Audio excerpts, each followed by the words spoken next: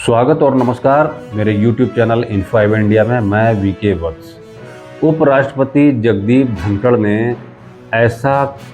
कौन सा बयान दिया, ऐसा कौन सा कार्यक्रम उनका हुआ जिसके बाद संविधान, उपराष्ट्रपति, सर्वोच्च न्यायालय, इन सब विषयों पर एक लगातार एक सोशल मीडिया हो चाहे न्यूज़ डिबेट हो, उस पर एक बहस छिड़ी हुई है। उपराष्ट्रपति जगदीप धनखड़ ने कहा,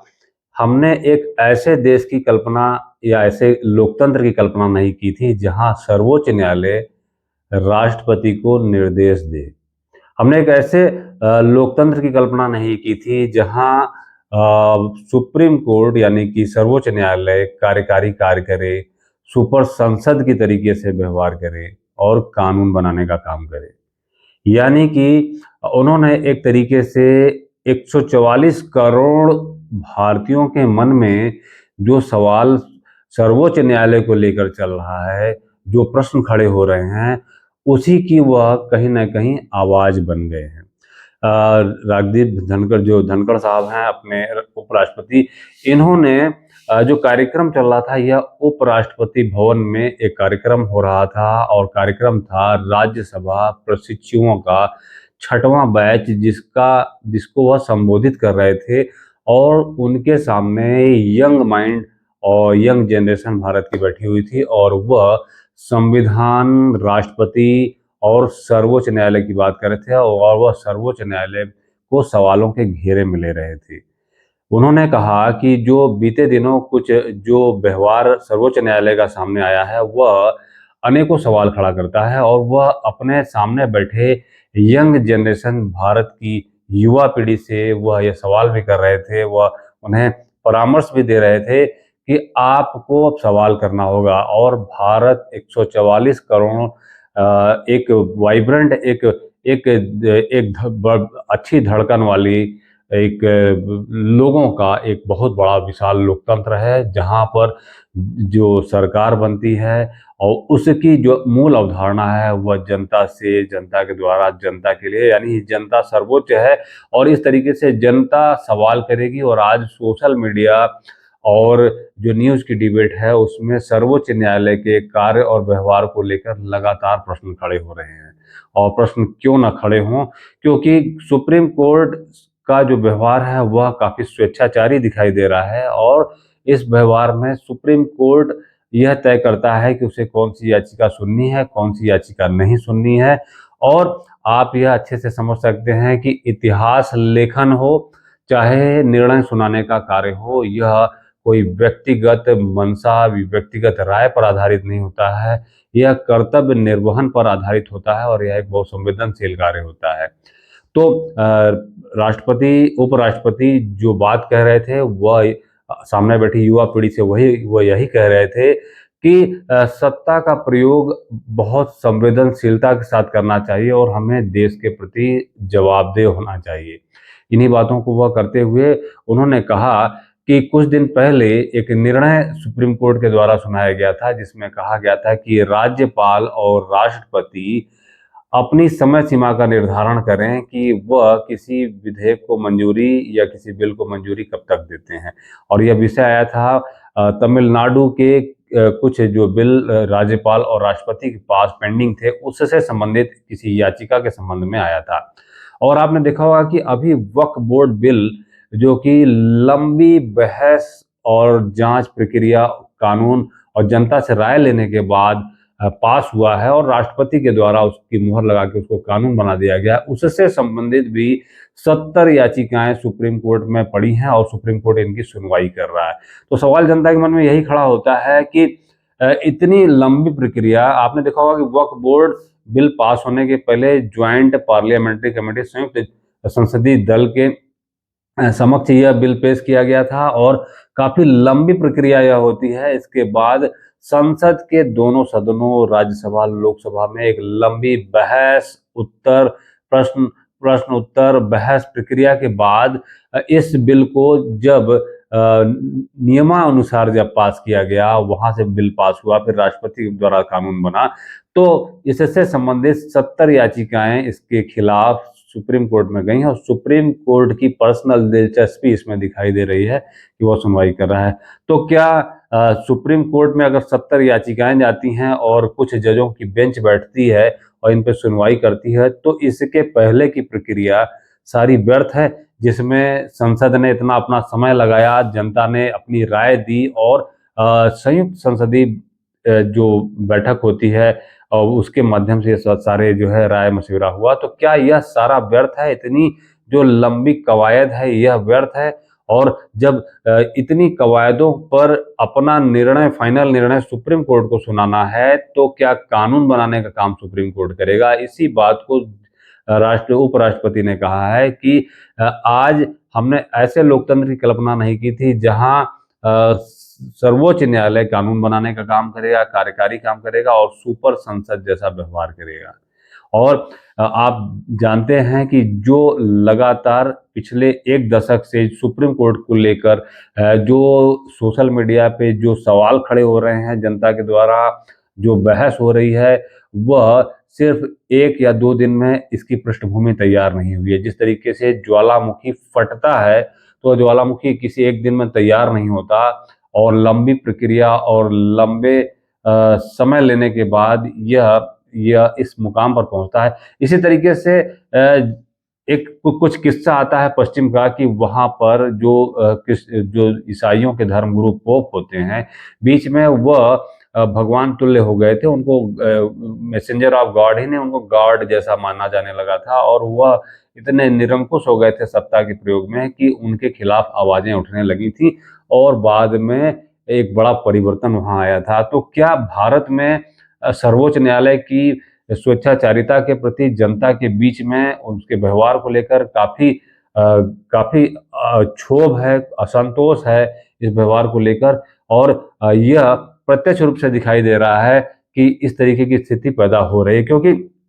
बहुत से ऐसे मामले आते हैं जैसे कि वक्फ बोर्ड बिल को सुनाते समय सर्वोच्च न्यायालय के सीजेआई जस्टिस खन्ना ने एक विषय कहा कि 13वीं और 14वीं शताब्दी की जो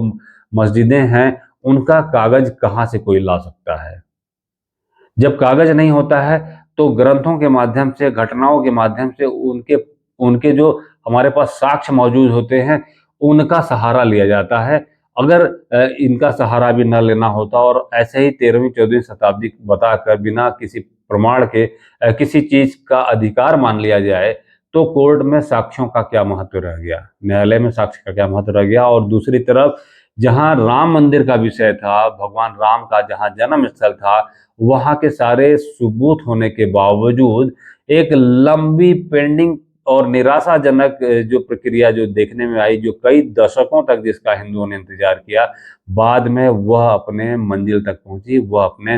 उसका निर्णय आया। तो यह समझ में आता है कि जो इतिहास लेखन है, जो निर्णय सुनाने की प्रक्रिया है, इसमें व्यक्तिगत रुझान, व्यक्तिगत राय नहीं होनी चाहिए, कर्तव्य निष्ठा का पालन होना चाहिए और निर्णय सुनाने के प्रति बहुत संवेदनशील होना चाहिए। तो जो वक्फ बोर्ड का जो निर्णय आया है और इससे संबंधित जो याचिकाएं आई हैं कोर्ट में, इसको देखते हुए भी जनता के मन में सवाल खड़ा हो रहा है कि क्या कोर्ट ही अब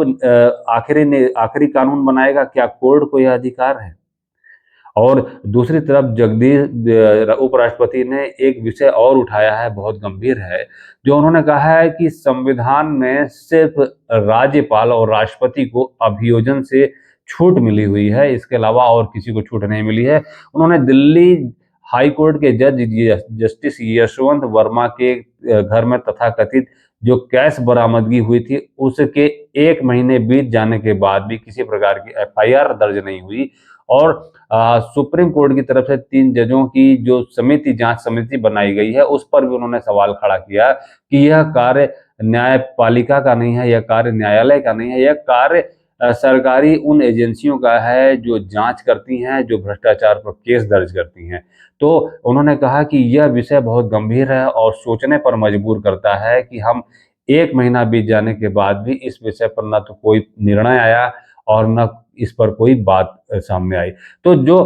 उपराष्ट्रपति ने जो यंग जनरेशन के साथ यह जो कार्यक्रम किया, अपना जो संबोधन हुआ, यह इनका लगभग 51 मिनट का पूरा संबोधन था, जिसमें उन्होंने बहुत विस्तार से बातें की और इसकी और इस पूरे संबोधन में जो विस्तार से बातें की, उसमें 2-3 बातें जो बहुत महत्वपूर्ण थी कि सर्वोच्च न्यायालय राष्ट्रपति को कैसे निर्देश दे सकता है, सर्वोच्च न्यायालय कैसे कानून बना सकता है, सर्वोच्च न्यायालय का काम सिर्फ संविधान का पालन कराना है, संविधान में जो संशोधन होते हैं, संविधान में जो कानून बनते हैं, यह कार्य संसद का है। और उन्होंने कहा कि जो चुनी हुई सरकार होती है, वह संसद के प्रति जवाबदेह होती है, उसे जनता के बीच में जाना होता है और जनता और यह लोकतंत्र, जो भारत का जो लोकतंत्र है, लोकतंत्र में जनता ही सर्वोच्च होती है, क्योंकि लोकतंत्र को कहा गया है जनता से, जनता के द्वारा, जनता के लिए। तो ऐसी स्थिति में चुनी हुई सरकार जनता के बीच में क्या जवाब देगी, जब उसके हर एक निर्णय को सुप्रीम कोर्ट अपने द्वारा ओवर रूल करने की कोशिश करेगा और परिवर्तन करने की कोशिश करेगा। तो क्या यह स्थिति भारत में न्यायपालिका, कार्यपालिका और विधायिका के बीच में टकराव की स्थिति नहीं आ रही? उन्होंने इसी विषय पर कहा कि भारत में विधायिका, कार्यपालिका, न्यायपालिका, अब समय आ गया है कि इनको फलने-फूलने दिया जाए और अपनी-अपनी सीमा में रहकर यह कार्य करें, तो यह टकराव की स्थिति नहीं आएगी। उन्होंने सामने बैठी युवा पीढ़ी को संबोधित किया, कहा कि आप ऊर्जा से भरे हुए नौजवान हैं, आपके सामने देश की बड़ी ज़िम्मेदारी है और आपको यहाँ पर अपने शुद्ध अंतःकरण से काम करना होगा, देश के लिए काम करना होगा, ना कि किसी व्यक्ति और विचार के लिए काम करना होगा। और इस तरीके से उनका यह संबोधन हो रहा था और यह विषय काफ़ी लंबे समय से लोगों के ज़हन में भी चल रहा है कि किस तरीके से सुप्रीम कोर्ट का व्यवहार सामने आ रहा है, जिसके प्रति जनता में गहरा असंतोष है। और आपने देखा होगा कि सुप्रीम कोर्ट किस याचिका को सुनेगी, किस याचिका को नहीं सुनेगी, इसमें कहीं न कहीं जजों की पर्सनल और जो व्यक्तिगत मंशा होती है, वह भी समझ में आती है। और जो सुप्रीम कोर्ट के अधिवक्ता अश्विनी उपाध्याय हैं, विष्णु शंकर जैन हैं, इन्होंने भी कई तरीके के सवाल खड़ा किए हैं और आने वाले समय में इन सभी सवालों का एक जिम्मेदार सर्वोच्च न्यायालय को या न्याय व्यवस्था को जवाब देना ही पड़ेगा। आज भारत की नौजवान पीढ़ी जिस तरीके से प्रगति कर रही है, जिस तरीके से उसका विकास हो रहा है, वह आज हर मुद्दे पर प्रश्न करती है और यही संवाद लोकतंत्र की एक एक सुंदर मिसाल होती है, जिससे लोकतंत्र फलता-फूलता और आगे बढ़ता है। तो भारत के लोकतंत्र को स्वस्थ बनाए रखने के लिए बहुत ज़रूरी है कि सर्वोच्च न्यायालय अपनी ज़िम्मेदारी को बेहतर संवेदनशीलता के साथ समझने की कोशिश करे, क्योंकि कई बार ऐसा विषय आया है कि चुनी हुई सरकार, केंद्र की चुनी हुई सरकार भी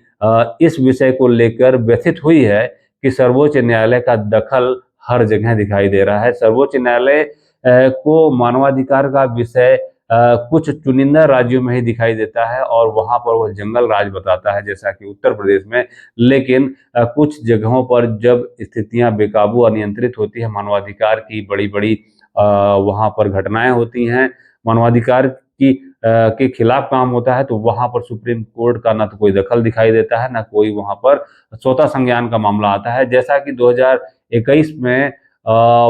पश्चिम बंगाल में विधानसभा का रिजल्ट आने के बाद जिस तरीके से मानवाधिकार तार-तार हुआ था वहाँ पर, उससे संबंधित मानवाधिकार की समिति वहाँ गठित की गई थी। उससे संबंधित आज तक कोई निर्णय उस पर नहीं आया और उस पर कोई रिपोर्ट सामने नहीं आई। आपने कुछ देशों में देखा होगा कि जहाँ पर प्रधानमंत्री, न्यायालय, सर्वोच्च न्यायालय और राष्ट्रपति या विधायिका, कार्यपालिका, न्यायपालिका जब आपस में टकराती है, तो कितना अविश्वास का माहौल पैदा होता है। भारत एक बहुत बड़ा देश है और जितनी आबादी भारत में होती है, इतनी आबादी में विश्व में सैकड़ों देश बन जाते हैं और सैकड़ों व्यवस्थाएँ बन जाती हैं। तो कहीं यह टकराव भारत में भयंकर अराजकता की तरफ न ले जाए, इस विषय में सर्वोच्च न्यायालय को, सभी संस्थाओं को अपनी ज़िम्मेदारी समझनी होगी। और जो कैश कांड का जो मामला सामने आया था, वह जनता के बीच में, जनता के दिमाग में बहुत सवाल खड़ा कर रहा है कि किस तरीके से सुप्रीम कोर्ट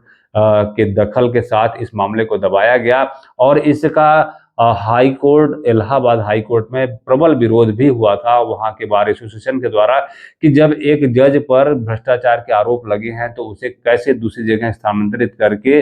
वहाँ पर उसे सत्यनिष्ठा और ईमानदारी की शपथ दिलाई जा रही है। तो यह वीडियो हमारा जो है यह बहुत खास है, उन सभी लोगों के लिए बहुत खास है जो राष्ट्र के लिए सोचते हैं, जो राष्ट्र की चिंता करते हैं और स्वस्थ लोकतंत्र की बातें करते हैं, उनके लिए बहुत महत्वपूर्ण है। वीडियो अच्छा लगे तो इसे लाइक करिएगा, शेयर करिएगा और इस चर्चा को आगे बढ़ाइएगा। हमारे द्वारा यह प्रस्तुत जानकारी आपको कैसी लगी हमें कमेंट सेक्शन में जरूर बताइएगा। फिर आते हैं कुछ नई जानकारी, अपडेट्स, चर्चा के साथ। तब तक के लिए धन्यवाद, नमस्कार,